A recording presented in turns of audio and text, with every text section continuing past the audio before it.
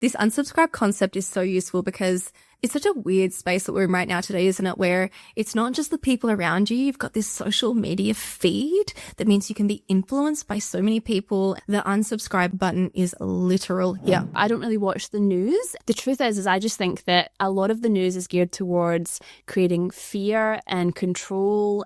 I just want to be able to control my energy. And the boss texts back, unsubscribe. There are some things that we probably shouldn't unsubscribe from.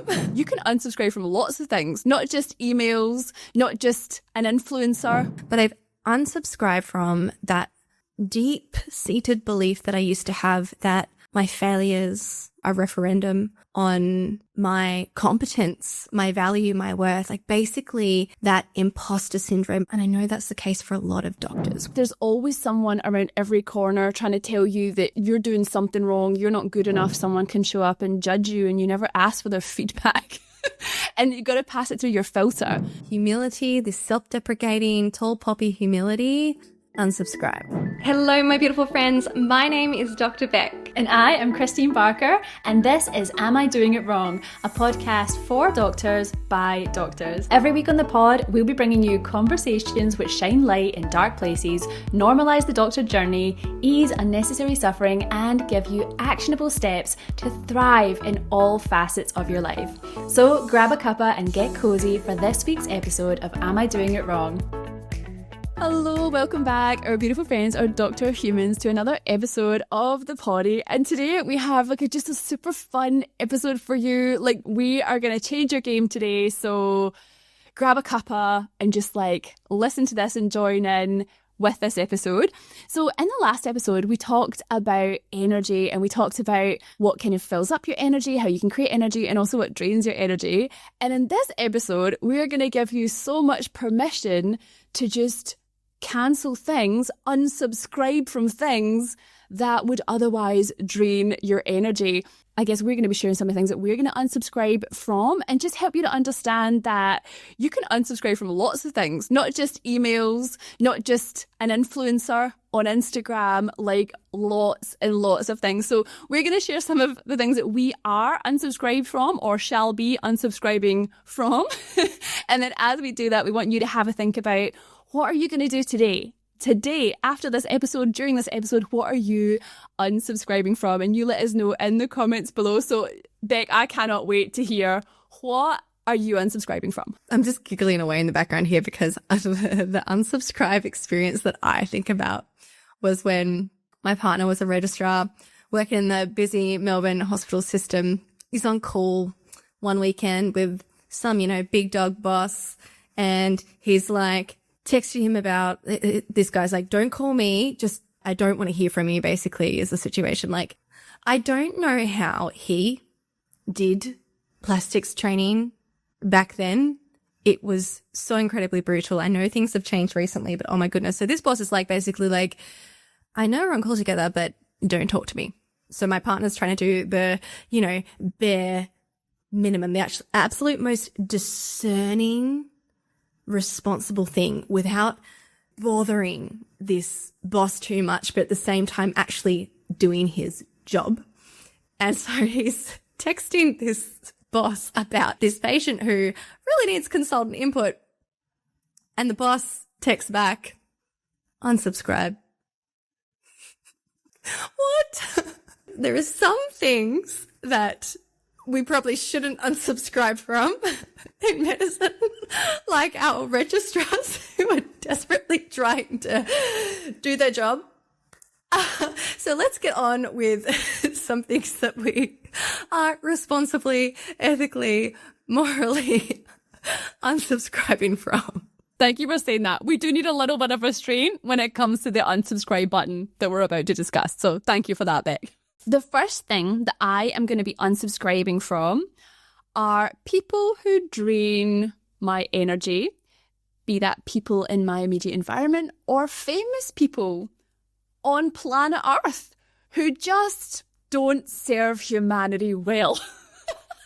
I'm unsubscribing from all of that rubbish. I know you are too, Becc. This unsubscribe concept is so useful because It's such a weird space that we're in right now today, isn't it? Where it's not just the people around you. You've got this social media feed that means you can be influenced by so many people and, you know, how they're living their life, the ideas they have, the things they're doing. Oh, the unsubscribe button is literal here. But also, like, it's not quite so literal in your life. And I'm also just going to correct you a little bit. You have already unsubscribed from so many people that just drain your energy and give nothing back to you or the world, haven't you? To say I was subscribed in the first place, that would be a stretch. But you know, like when it's like a forced subscription, like a spam in your inbox type thing, that's kind of how I feel about all those things. Like I didn't ask for them and they just kind of come by.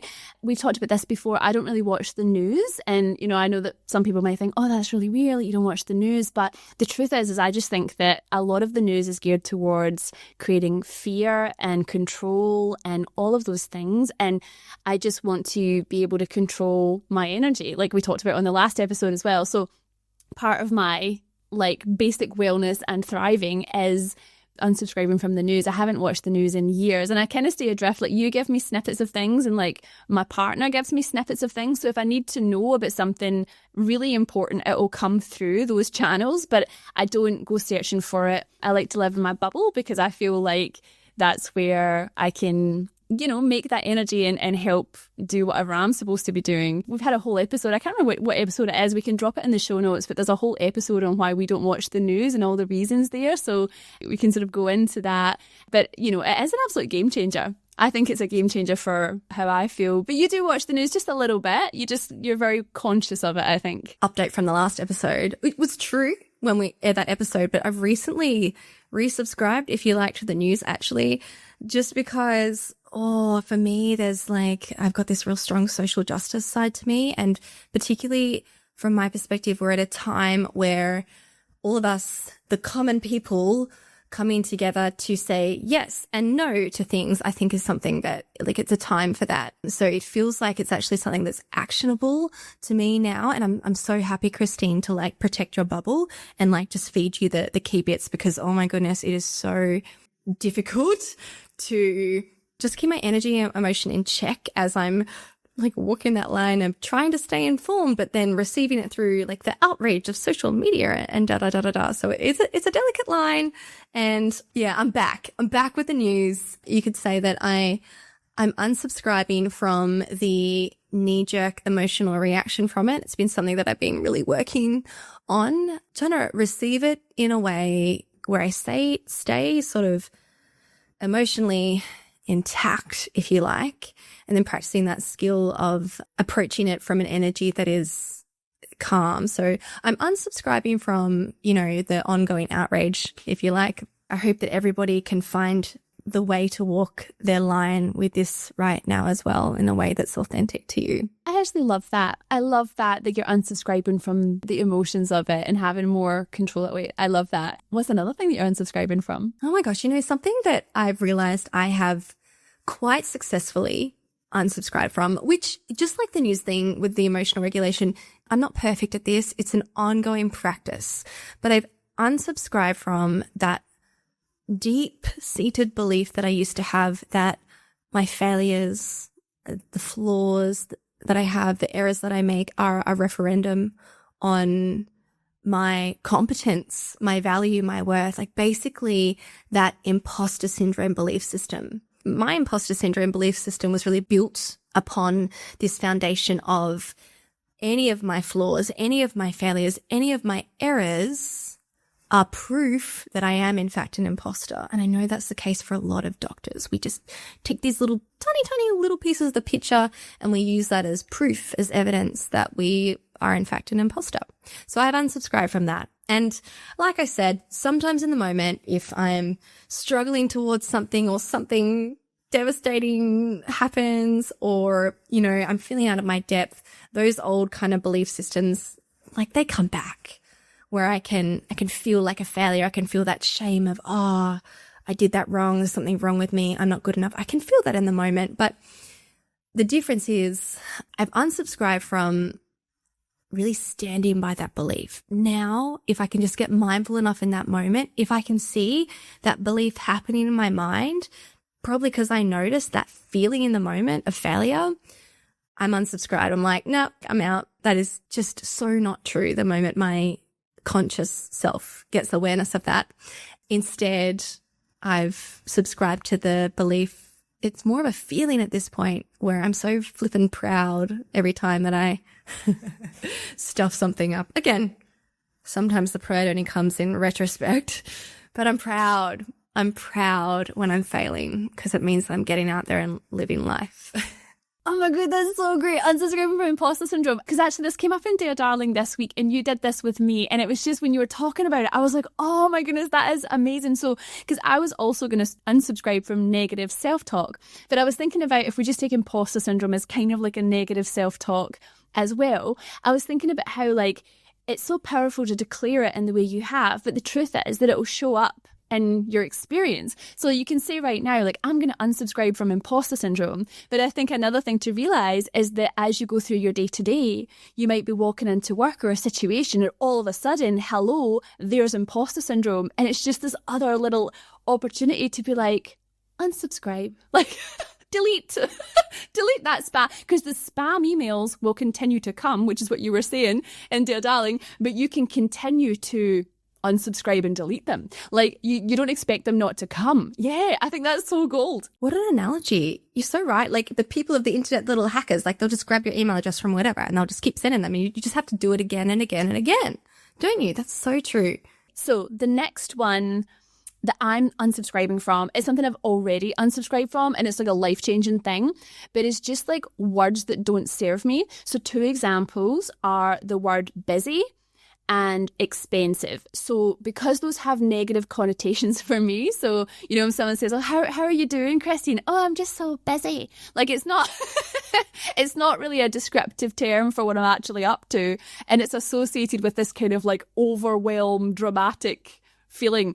So I feel like I'm not allowed to be busy. I'm allowed to be productive and I'm allowed to like describe actually what I'm doing, but I'm not allowed to be like non-specifically busy because it's not very interesting. And also it just means that I'm doing like, I'm in the weeds and I'm not really doing anything at all. So not allowed to use the word busy, and that has been a life changer. And then the word expensive, I think for me, if I describe something as expensive, I mean it to be unattainable or for someone else. So now I change that to, oh, that comes at a premium. Oh, my coffee's increased to $7. Oh, coffee's at a premium. Like, do you know what I mean? I'm still buying it. But like, because y'all, it's like heroin to me. But it has a different energy in my body. And words do affect me that way. They affect everyone that way, if I'm being honest. So I think if there's words like that are coming up for you and you are thinking, actually, I just want to change my whole mindset and perspective on something, then that's a little bit of a cheat code. Unsubscribe from words that don't help your growth. It's so clever. I love this one so much because, you know, I've built this awareness for me that like the sentences I say in my head or the way that what I think when I look at things affects me. It affects my body, and that either drains my energy or gives me energy. Like the things that we say, things that we think, they affect us. And sometimes it can be so subtle that you just don't realize it. But, you know, if I just sit with the I'm busy sentence in my head, I'm busy, as I'm thinking about my life, I instantly feel this sort of sinking feeling. It's like every time in your day, Kristeen, instead of like saying I'm busy, probably, you know, up to 10 times a day, we could think that. You have now unsubscribed from that. And there are all these moments of energy drain for you that you don't have to experience anymore. And not only that, but what does that space get filled with? Like, you didn't give me an opposite of busy, but let's just take the expensive one. You're like, instead of, oh, this is expensive, that space now gets filled with, this comes at a premium. And that makes me feel like I kind of perk myself up a little bit like, oh, I'm worth it. It's like a little more of a self-value on it. It actually feels positive. I feel like it's so tiny, but it's so big. And that's the thing, the tiny things do build up to bigger things. I can see your list of things that you're going to talk about or the things you've highlighted.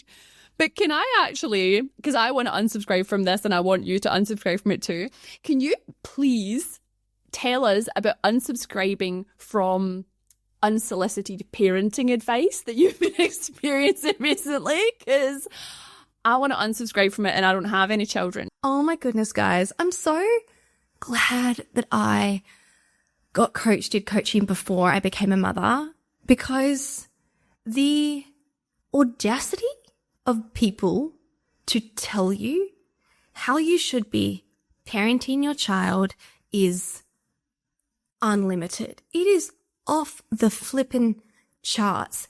It's not even people in my life, in my immediate circle. I've got surrounded by brilliant, beautiful people.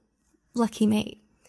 But you can't control the strangers that you interact with in the world. Like, I can't take my baby out without somebody telling me why she's crying or where I should be sitting or what I should or shouldn't be doing or telling me what my baby's thinking. Firstly, I don't understand, A, why somebody believes that they know the baby better than the parent.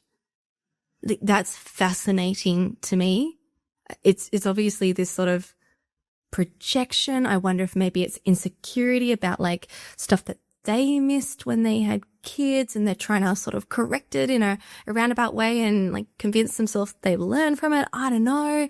But then there's also the audacity of them to believe that they know what's going on with my baby. I don't know how they think that I'm going to respond to them telling me, so I'm out in the supermarket, my baby's crying and some lady comes up to me and she's like, oh, they're hungry.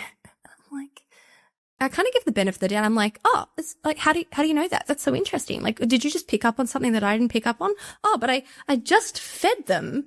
I take a minute, like hearing it with the best intentions. And then I back up because I'm finding myself like doubting myself a little bit. I'm like, wait a second.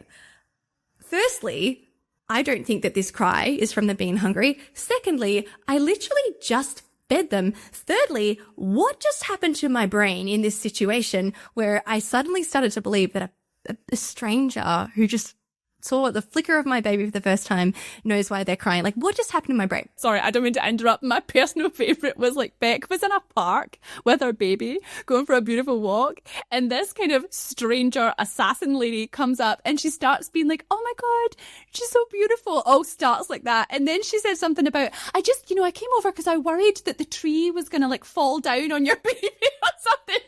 And you're like, dude, like, I'm not neglecting my child by walking in the park. It was like really strange. It was really strange. And I don't accept this sort of stuff as like a little people pleaser anymore. I definitely, and again, this is why I'm so glad. I'm glad from the internal experience that I've kind of found my trust in myself to be able to not just kind of receive everybody's advice in an unfiltered way, but I sort of responded and said, thanks for your concern, but I'm happy where we are. And then she kind of kept hovering around and talking to me, and I was talking on the phone to you actually at the time. That's why you know about this story. And she kind of kept talking to me, and I was obviously talking on the phone. And I said, I'm on the phone right now, if that's okay, and kind of gestured for her to leave. And she said, I can see that. Very busy lady. Unsubscribe. It's just a new experience that I've had. And to all of the mothers out there who received, and fathers as well, my partner the other day, we were out at a festival, like a food festival, and some guy said to my partner when he was holding B, he said, it's very sunny. Has she got a hat? And he said, yeah, we've got a hat in the pram. And he said, better on its head. I was like, thanks. You really need to tell my highly intelligent, very tuned into his baby how to put that a hat goes on a head. It's not just even mothers. There's this sort of like, I've had a child. I know everything. I know how you should parent your child. It's fascinating. But anyway, I can actually see on a serious note how this could be very difficult for parents everywhere, because there's this kind of like moral undertone to it of you're hurting your baby. You're not doing right by your baby. And as a parent, you're actually very aware and very vigilant to the fact that this delicate, precious little thing is very vulnerable and they need protection. They need your vigilance. You can tap at that insecurity if you have it there, that you're doing things wrong or that you need to do everything perfectly. So I have this humility, I suppose, about, I'm not going to get it all right. But I know that because I'm constantly being thoughtful about my little bee, that's all I can do and that's enough. I can be open to advice, but I don't buy into this idea that this suggestion that you can receive from unsolicited parenting advice that you are a bad person, you're doing it wrong, you are wrong, because the hat isn't on the head right now. Unsubscribe from that. I totally made you go there because I think it's a brilliant thing to unsubscribe from. You were trying to be all politically correct with that. Well, I didn't really want to talk about it because, as you can see, I can just rant about it. I haven't got my little succinct story about it. It's just a rant at this point of come on, guys. And my friends, don't feel bad about this. All right, done. It's symbolic of other things though, because there's always someone around every corner trying to tell you that first you're doing something wrong, you're not good enough at whatever, you're not enough of whatever it is, if it's parenting, if it's something else. There's always just some kind of external interference. So I think it's a profound example, but it applies to, there's lots of situations where someone can show up and judge you and you never ask for their feedback. And you've got to pass it through your filter. And like you say, if you have an insecurity, it can actually be really damaging. Having a baby and being sleep deprived is a very vulnerable state to be in. But even if we have an insecurity about anything and suddenly that's the thing that someone decides to give feedback on, we can take that to heart and it can derail us and we can feel very lonely and isolated. So that's why I actually wanted to talk about that. So thank you for going there with me. Early days, in the first 11 weeks, my little B had really severe colic. And at that time, I was way more susceptible to, you shouldn't be eating dairy. You should be burping them for longer. You should be doing You should be waking up in the night multiple times to increase your supply. I was very susceptible because I could see my baby was hurting and my baby was in trouble. So it's easier for me to say right now when she's thriving and doing really well, you got to be really careful with yourself when you can see there's something where they're not thriving, and just to accidentally be open to all advice from everybody just because you so want to solve the problem. And I think that's going to be the case for a child's life forever. It's never going to be all perfect. So we're always going to be sort of susceptible to ooh, is that the reason that they're not doing perfectly? We've got to make that filter for ourselves. I'm just loving this permission to unsubscribe from all the things. And we've given some examples today, and I hope that you have come up with your own examples as you've been listening to this. I think it's more like a tool in the box. This is not an exhaustive list, but just something that you can literally practice every single day of your life. What am I not going to give my energy to? Unsubscribe. It's like a magic trick. Even just the declaration of it, you just feel so much better. You just delete stuff from your life. Like Beck says, with responsibility, do not unsubscribe from your boss or from your juniors.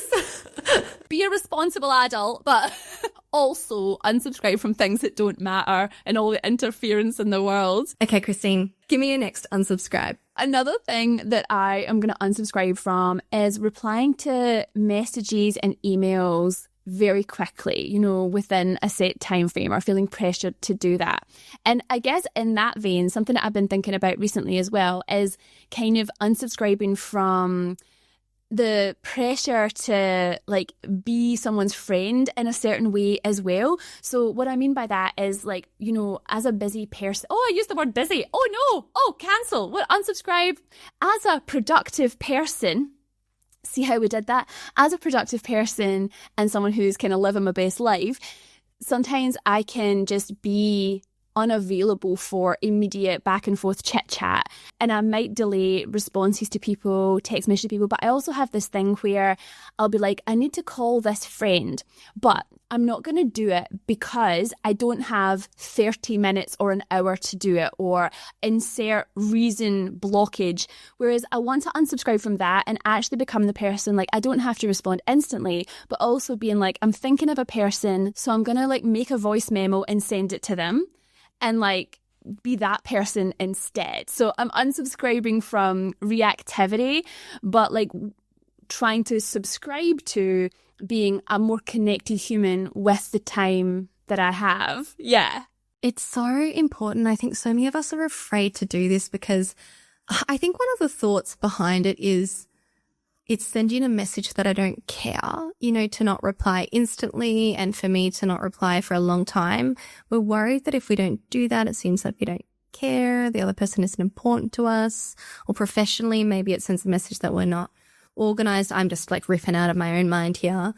But what is more important Is it to be the steward of your own time and energy and relationships, or be somebody who is just a slave to technology, really? It's really become much more prominent for me now having B, because I know that she sees me with my phone, and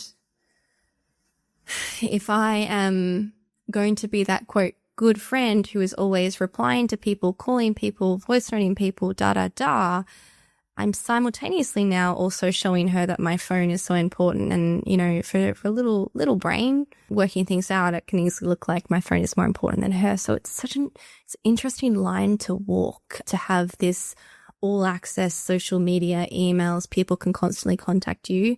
So I really like us setting our own boundaries, if you like, around at what times we will be on our devices and therefore replying to people, even people that we dearly love, and therefore working on all the thoughts, the beliefs, the fears, the guilt behind why we feel like we need to respond straight away. I love that. And my friends know that I have unsubscribed from replying quickly. Thank you guys. I love you all. Thank you for being there for me. Thank you for loving me how I need to be loved.